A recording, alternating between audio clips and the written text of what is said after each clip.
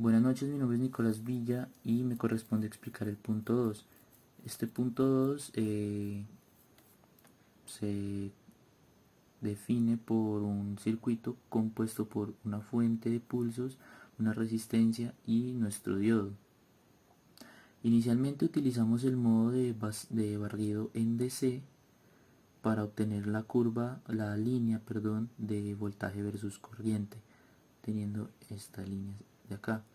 Si estos datos los exportamos a una tabla de Excel, obtenemos los siguientes valores, pero las columnas están trucadas, por lo que los copio y los pego en la posición correcta, y con estos genero mi curva característica del diodo.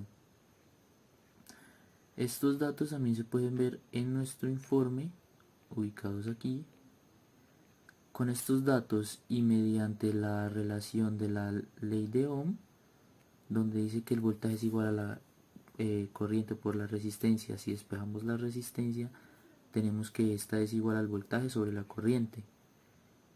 Y aquí se puede observar cómo mientras el voltaje y la corriente se alejan del valor del voltaje umbral, la resistencia se va haciendo más pequeña. En este caso, el valor más pequeño que obtuve fue de 11.9 ohmios, prácticamente 12 ohmios, y el valor más pequeño es de 22.052 ohmios o 22 kiloohmios. Esto explicaría por qué antes del voltaje umbral no hay flujo de corriente a través del circuito, pues esta resistencia se opondría a todo el paso de la corriente.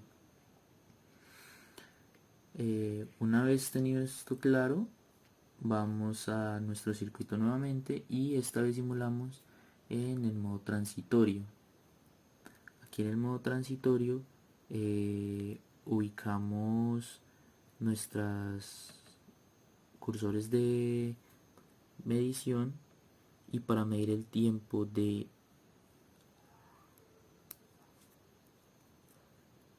caída lo ubicamos cuando el primer cursor, cuando la, la gráfica corta el eje 0 y cuando se estabiliza en un valor. En este caso, mi tiempo de caída es de más o menos 13.7 microsegundos. Luego está mi tiempo de almacenamiento, que es el tiempo de cuando mi gráfica corta el eje en 0 hasta su valor pico en negativo. Como en este circuito en específico la corta ambas cosas en el mismo lugar, en el mismo momento, yo pongo mi punta de mi cursor un poquitico antes del siguiente pico, obteniendo así un valor de 4.2 microsegundos, aunque esto puede variar bastante puesto que la escala es bastante pequeña y mover un poco cada uno de los cursores puede marcar una gran diferencia. Y eso es todo. Parte 3, Laboratorio 2, diodos semiconductores. En esta sección debemos realizar un circuito transmisor-receptor mediante señales infrarrojas, como se indica en la figura de esta sección. Para ello entonces debíamos de realizar el diseño de la fuente del circuito modulador y debíamos también realizar el circuito demodulador. Para ello entonces primero iniciamos con el diseño de la fuente de alimentación. Para ello ya debía de cumplir con ciertas características.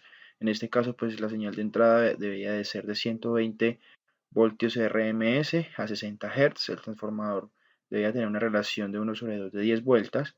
Y el máximo voltaje de rizo permitido debía ser un delta voltaje de 1.5 voltios. La salida en este punto, entonces, de este modulador debía de ser de 9 voltios, por lo cual entonces se debe implementar un diodo Zener. Para ello entonces iniciamos primero con los cálculos.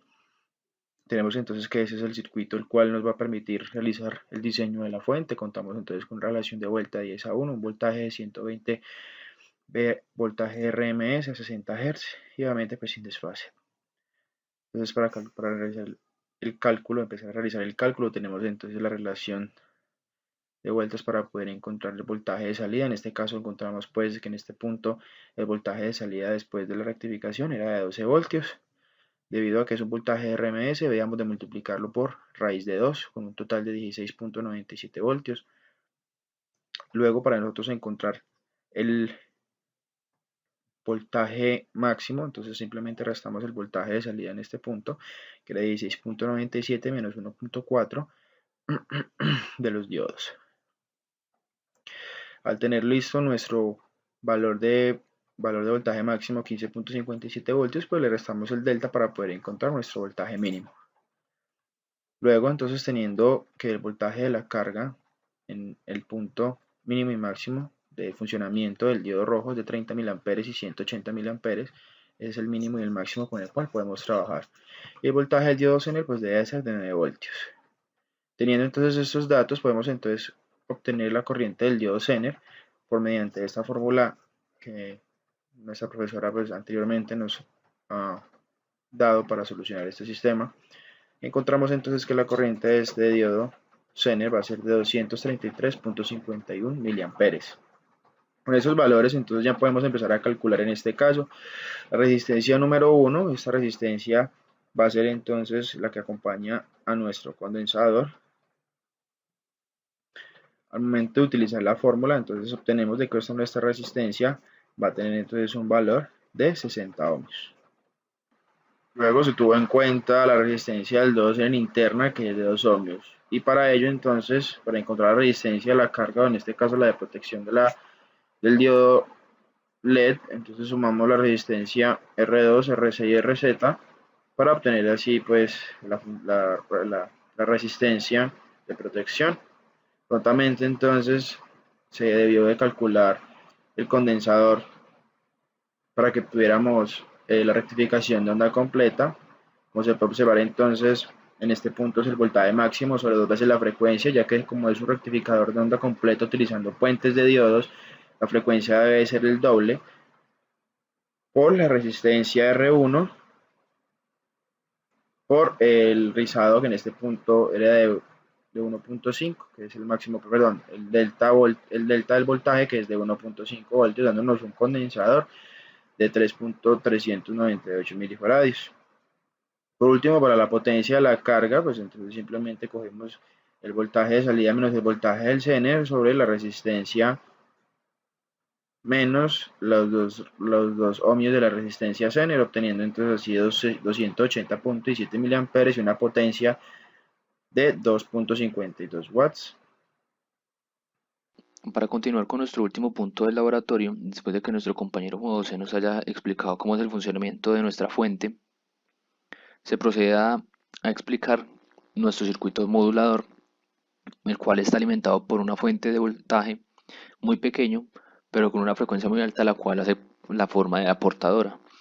Por otro lado, tenemos nuestra señal de datos, la cual tiene un voltaje alto pero a una baja frecuencia, y con esto podemos obtener una combinación de señales, la cual va a tener la forma de nuestro voltaje de datos, pero, pero por dentro con nuestra frecuencia de la portadora. Eso para facilitar su transmisión. Después de haber tomado la muestra de voltaje en el capacitor, obtenemos una señal parecida a la que se muestra a continuación.